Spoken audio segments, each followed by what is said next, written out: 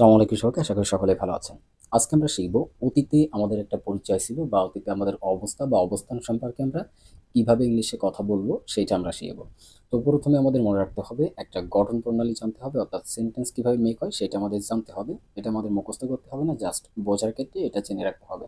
তো দেখেন, sentence making এর নিয়ম হচ্ছে প্রথমে একটা সাবজেক্ট হবে, তারপরে ওয়াজ অর যে কোনো একটা ভার্ব হবে আমাদের সাবজেক্ট অনুযায়ী। এরপরে হচ্ছে একটা এক্সটেনশন বা অবজেক্ট, অথবা এখানে আমরা নাউনও লিখতে পারতাম, ঠিক আছে, সেটা বলবে। তো আমরা এই সেন্টেন্সগুলো প্র্যাকটিস করে ইংলিশে কথা বলা শিখি, এবং তারপরে আমরা ছোট্ট করে দেখে নিব কোন সাবজেক্টের পরে কোন ভার্বটা এখানে বসাবো, কখন অজ বসাবো, কখন আয়ার বসাবো, ঠিক আছে। আই ওয়াজ এ স্টুডেন্ট, আমি একজন ছাত্র ছিলাম, অর্থাৎ অতীতে আমার একটা পরিচয় ছিল, আমি একজন ছাত্র ছিলাম। তো অতীতে যখন আমাদের পরিচয় সম্পর্কে বলতে চাইবো, অর্থাৎ আমি একজন ছাত্র ছিলাম, আমি একজন ডাক্তার ছিলাম, এই যে ছাত্র ডাক্তার, এটা হচ্ছে আমার একটা পরিচয়। এই ধরনের কথা যখন বলতে চাইবো তখন আমাদের এই নিয়মটা ফলো করে সেন্টেন্স মেক করতে হবে। তো প্রথমে আমরা কি করেছি, সাবজেক্ট বসাইছি আইকে, এরপরে অসকে বসাইছি আমাদের সাবজেক্ট অনুযায়ী। এরপরে স্টুডেন্টটা হচ্ছে এখানে এক্সটেনশন, যেটাকে আমরা নাউনও বলতে পারি, ঠিক আছে। তো বাকি সেন্টেন্সগুলো আমরা দেখি। দেখেন, শি ওয়াজ মাই টিচার, তিনি আমার শিক্ষক ছিলেন। হি ওয়াজ ভেরি টায়ার্ড, সে খুব ক্লান্ত ছিল। ইট ওয়াজ আ সানি ডে, সেদিন রৌদ্র উজ্জ্বল ছিল। We are in the park, আমরা পার্কে ছিলাম। You were my best friend, তুমি আমার ভালো বন্ধু ছিলে। দে ওয়ার বিজি স্টারডে, তারা গতকাল ব্যস্ত ছিল।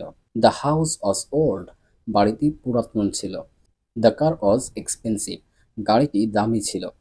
দ্য চিলড্রেন ওয়ার হ্যাপি, শিশুরা খুশি ছিল। I was at home last night, আমি গত রাতে আমার বাসায় ছিলাম। She was a good singer, সে একজন ভালো গায়িকা ছিল। উই ওয়ার ক্লাসমেটস, আমরা সহপাঠী ছিলাম। You were in the wrong place, তুমি ভুল জায়গায় ছিলে। দ্য বুক ওয়াজ ইন্টারেস্টিং, বইটি আকর্ষণীয় ছিল। তো এইখানে দেখেন, প্রত্যেকটা সেন্টেন্স আমাদের কিন্তু এই স্ট্রাকচারটি মেনটেন করে গঠিত হয়েছে, এবং এই সেন্টেন্সগুলোর মাধ্যমে আমরা পরিচয়, অবস্থা, অবস্থান সম্পর্কে বলতে পারবো, ঠিক আছে। তো অবস্থাটা আসলে কি, মানে আমি ভালো আছি কি খারাপ আছি, ঠিক আছে, আমার অবস্থাটা কি সেটা আমরা কিন্তু এটার মাধ্যমে বলতে পারবো। আর অবস্থান, অবস্থান বলতে কোনো একটা জায়গাতে আছি, বা কোনো একটা প্লেসে আছি, বা কোনো একটা প্লেসে কোনো কিছু আছে, সেইটা আমরা বলতে পারবো। তো এই সেন্টেন্সগুলো প্র্যাকটিস করলে আপনারা এই বিষয়টা ক্লিয়ার হয়ে যাবেন।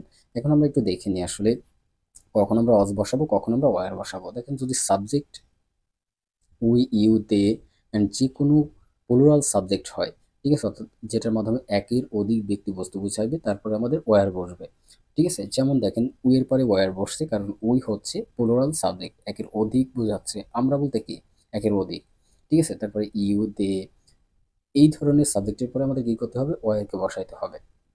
আর হি, সি, ইট অ্যান্ড যে কোনো থার্ড পার্সন সিঙ্গুলার সাবজেক্ট হইলে তারপরে আমাদের অসকে বসাইতে হবে, অর্থাৎ তৃতীয় একজন ব্যক্তি বা বস্তুকে বোঝাইলে তখন আমরা অসকে ব্যবহার করব। তো এটা হচ্ছে মোটামুটি নিয়ম। আপনারা জাস্ট এটাকে দেখে এগুলোকে প্র্যাকটিস করবেন, অটোমেটিক্যালি এটা আপনাদের মাথায় সেট হয়ে যাবে।